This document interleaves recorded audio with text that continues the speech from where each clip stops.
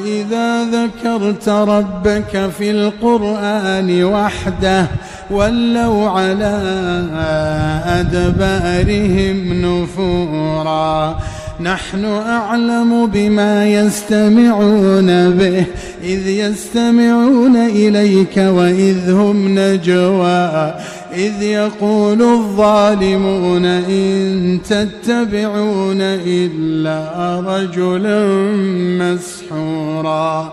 انظر كيف ضربوا لك الأمثال فضلوا فلا يستطيعون سبيلا. وقالوا أإذا كنا